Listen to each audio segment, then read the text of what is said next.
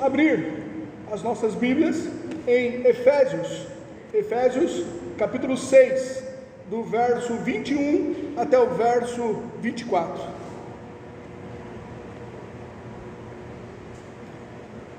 Diz assim o texto sagrado: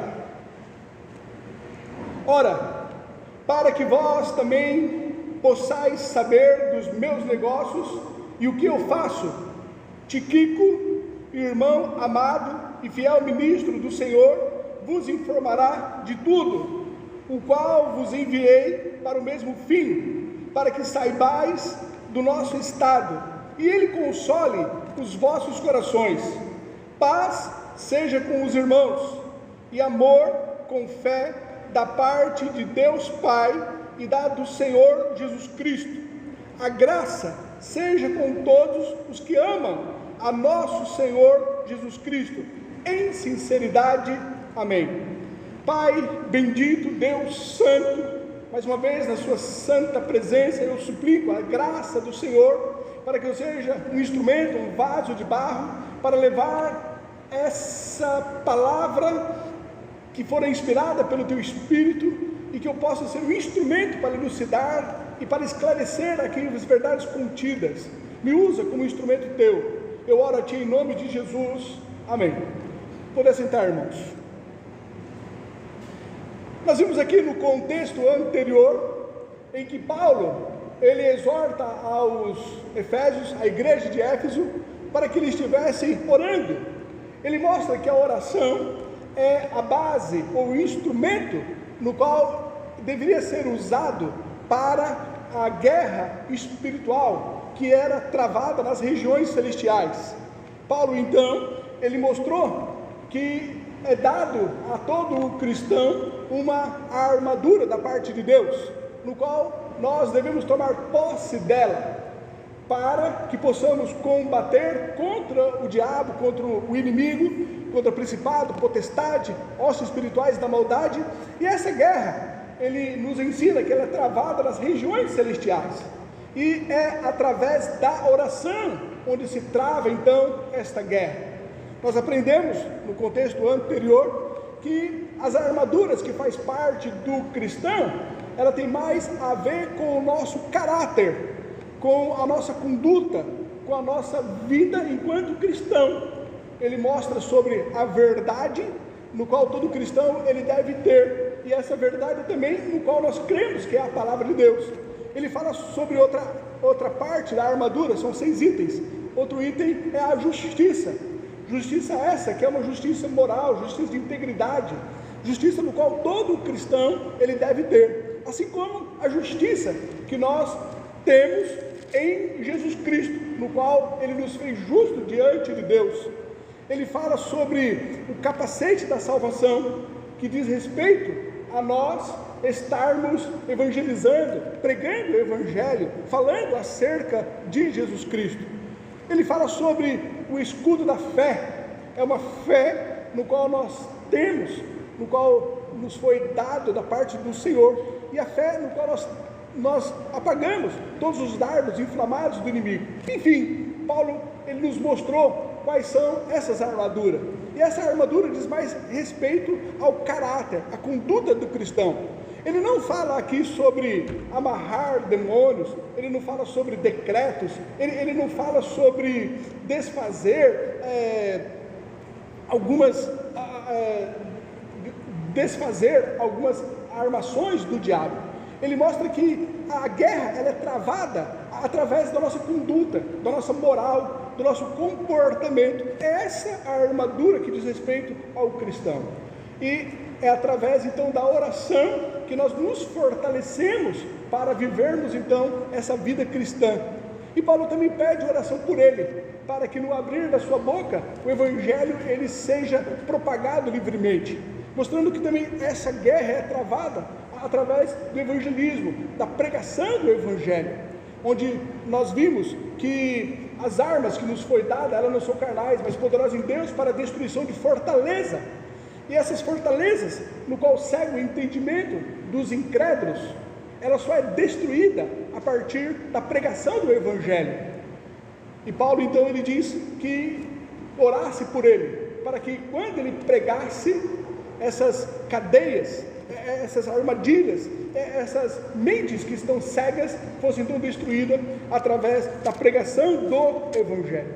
Pois bem, é isso que diz respeito ao que nós devemos ter enquanto armadura, enquanto guerreamos nas regiões celestiais, uma conduta cristã, um caráter cristão, uma vida respaldada pela palavra de Deus. Isso faz com que nós fiquemos firmes, isso nos dá condições de ficarmos firmes. É o que ele diz aqui no verso 10: no demais, irmãos meus, fortalecei-vos no Senhor e na força do seu poder, revesti-vos de toda a armadura de Deus, para que possais estar firmes contra as astutas ciladas do diabo.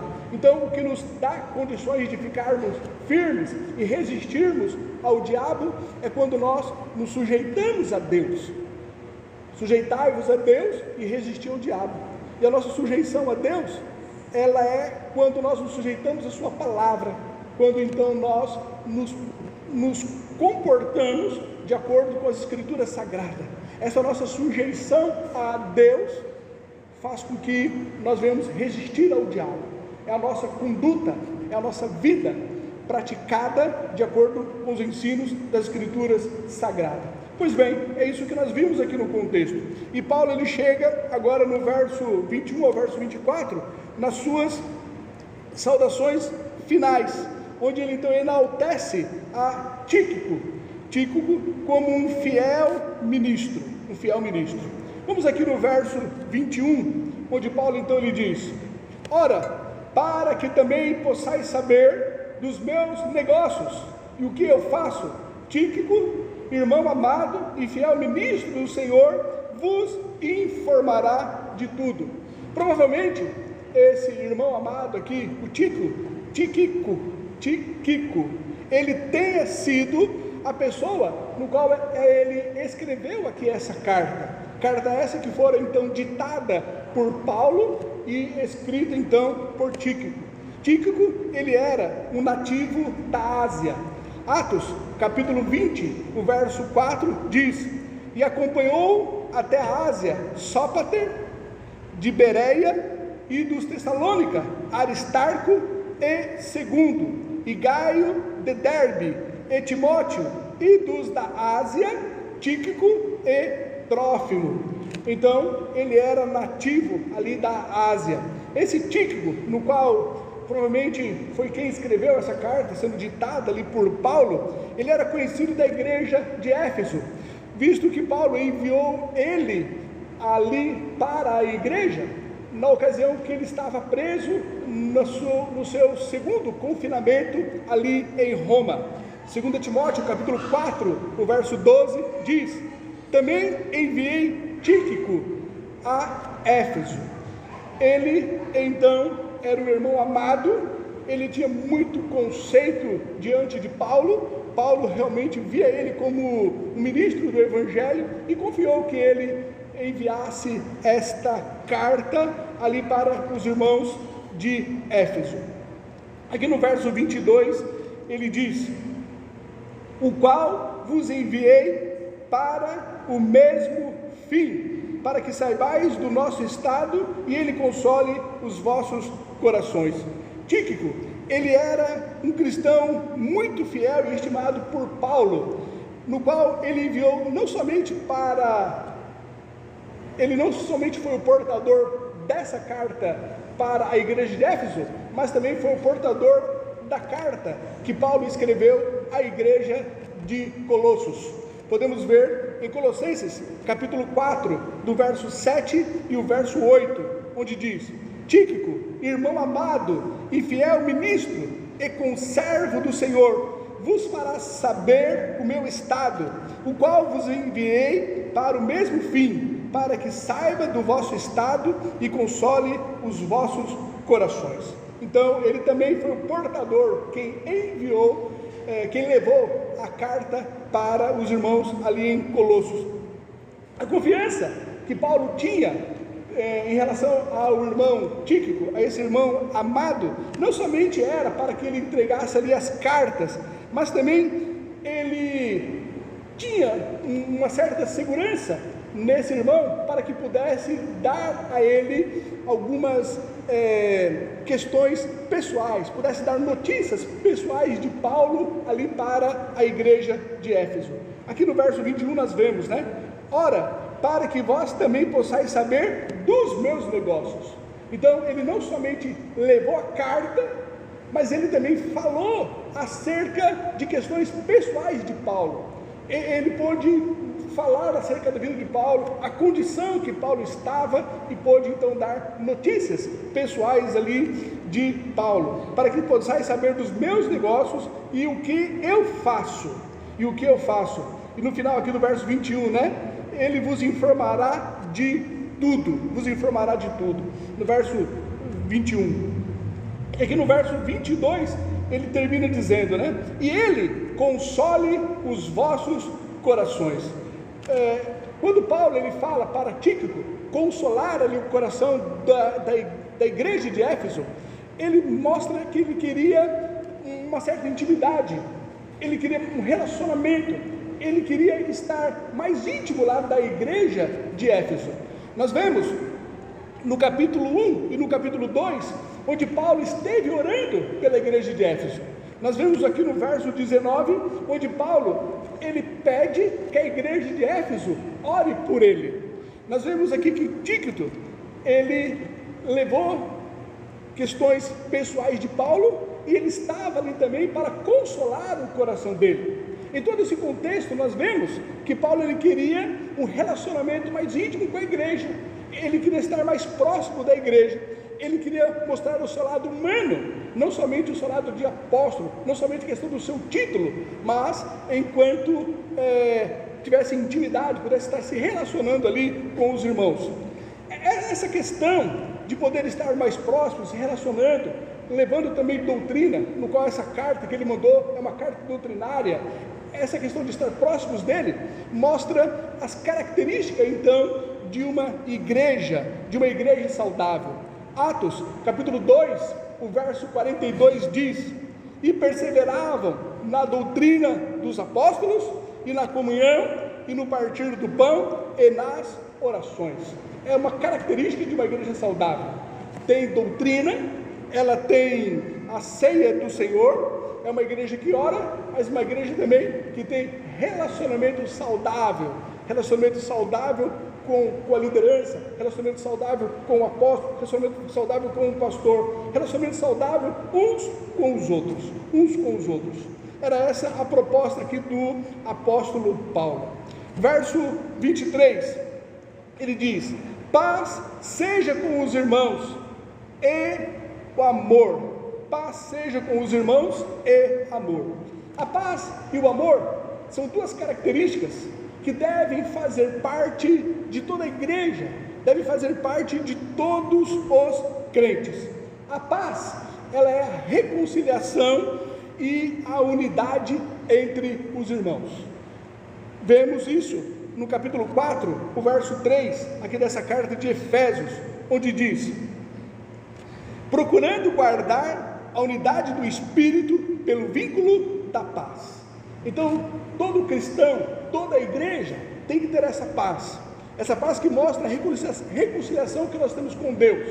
Nós temos paz com Deus, nós fomos reconciliados com Deus, e por nós termos essa reconciliação com Deus, todos nós temos um único Pai, todos nós fomos batizados em um corpo, e por isso há a unidade da igreja. A paz deve fazer parte da igreja, e o amor, ela é a fonte desta paz. Diz o capítulo 4, aqui de Efésios, o verso 1 e o verso 2: rogo-vos, pois, eu, o preso do Senhor, que andeis como é digno da vossa vocação, com que fostes chamados, com toda a humildade e mansidão, com longanimidade, suportando-vos uns aos outros em amor. Quem ama, vive em paz, e quem tem a paz é porque ama. Então, essas características, a paz e o amor, faz parte de uma igreja e deve fazer parte uma característica de todo o cristão.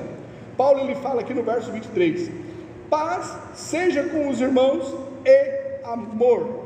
Ele continua, com fé da parte de Deus Pai e do Senhor Jesus Cristo. É bem verdade que por mais que nós almejemos essa paz, por mais que nós nos esforcemos para que haja o amor entre os irmãos, essa paz verdadeira e o amor entre os irmãos só é possível por todos estarem tendo a fé em Deus, todos estarem unidos em Deus, tendo a mesma fé. Veja bem, nós podemos nos esforçar, nós podemos querer essa paz, nós podemos querer este amor, mas isso só é possível mesmo pelo fato de nós fazermos parte do corpo de Cristo, pelo fato do Espírito Santo habitar em nós, pelo fato de nós sermos uma nova criatura, pelo fato de nós sermos lavados e remidos com o sangue do Cordeiro, pelo fato de nós sermos batizados com o Espírito Santo e sermos nova criatura em Cristo Jesus. E é nessa condição de filhos de Deus e termos a unidade em Deus e a mesma fé no mesmo Deus, sendo Ele o nosso Pai e todos nós somos filhos de Deus, é por causa desta mesma fé, é por estarmos unidos em Jesus Cristo e termos então essa fé, somente assim isto é possível. Não é um esforço humano, mas é resultado da nossa fé em Deus. É o que ele diz aqui no final, paz seja com os irmãos e amor, com fé da parte de Deus Pai e do Senhor Jesus Cristo. É por nós termos essa fé, unidos nessa fé em Deus, que nos dá a condição de vivermos essa fé, de vivermos esse amor e vivermos esta paz. Capítulo 4 de Efésios, do verso 4 ao verso 6, ele diz, há um só corpo e um só Espírito, como também fossem chamados em uma só esperança da vossa vocação, um só Senhor, uma só fé, um só batismo, um só Deus e Pai de todos, um só Deus e Pai de todos, o qual é sobre todos e por todos e em todos vós. Por causa de todos nós termos uma única fé no mesmo Deus, isso nos dá condições de vivermos então esse amor e vivenciarmos então esta paz enquanto cristãos.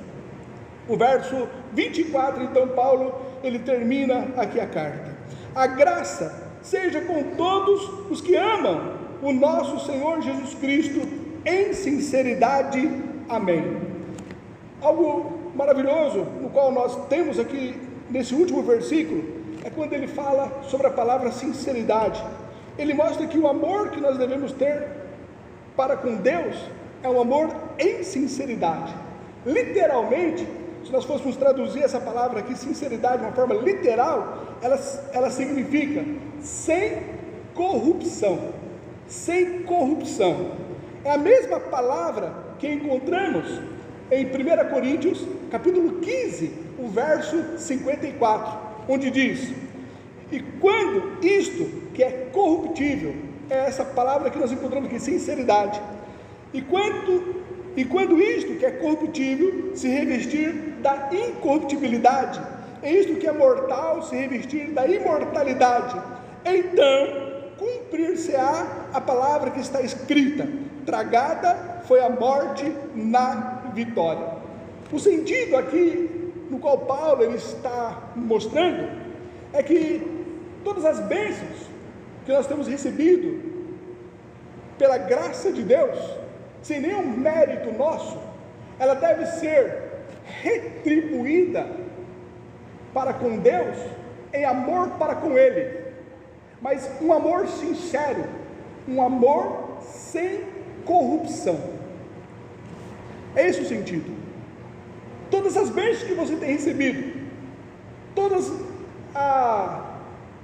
as benevolências que você recebe sem mérito algum, visto que é graça, visto que é por causa da cruz de Cristo, visto que é pelos méritos do sacrifício de Jesus Cristo, que você possa retribuir pelo amor que lhe é concedido, com amor sem corrupção.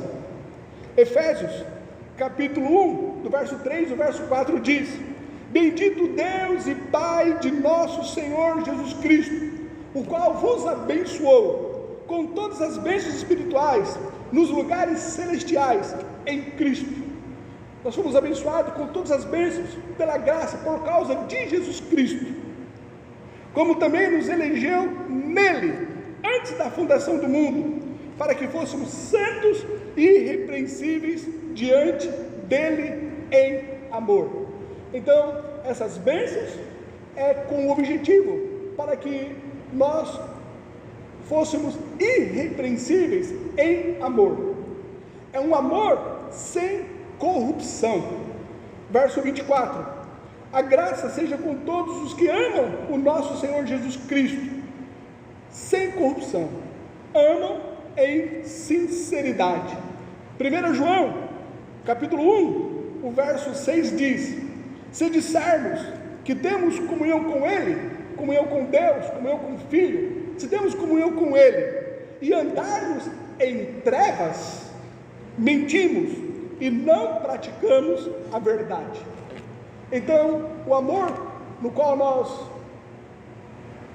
proferimos, o amor no qual nós vivenciamos, deve ser um amor que nos faz andar na luz, deve ser um amor que é caracterizado pelo caráter de Cristo em nós, é um amor que nos leva a vivermos o Evangelho e não sermos tão somente ouvintes. É um amor no qual nós temos a Deus como resultado, como retribuição por todas as bênçãos que Ele tem nos dado, por ter nos elegido nele, por ter sido escolhido antes da fundação do mundo, por termos sido abençoados com todas as bênçãos espirituais, por estarmos em Cristo Jesus, e em Cristo Jesus, pela graça, por causa dele, temos sido abençoados. Reconhecemos tudo isso e retribuímos então com um amor sem corrupção, um amor que nos faz andar na luz, um amor que nos faz andar na verdade, um amor que nos faz vivermos a justiça, um amor que nos faz exalarmos o bom perfume de Cristo, que nos faz glorificarmos a Ele com todo o nosso ser, amando Ele em sinceridade. A graça seja com todos os que amam o nosso Senhor Jesus Cristo em sinceridade. Amém. Concluindo aqui, nós podemos ver que o exemplo de um homem, o apóstolo Paulo, preso em cadeias, mas com a alma e com o espírito livre. Não obstante ele estar ali encarcerado, acorrentado junto ali aos soldados romanos, ele pôde então fortalecer a igreja de Éfeso, através dessa carta que ele enviou. Não obstante ele estar ali acorrentado, ele estava com o seu espírito, com a sua alma livre, e ali em cadeias, ele estava orando pela igreja de Éfeso. Não obstante ele estar ali acorrentado, aprisionado em cadeias, ele estava com sua alma e com o seu espírito livre, buscando então manter comunhão com os irmãos. Ele buscava essa comunhão, tanto emocional como também espiritual.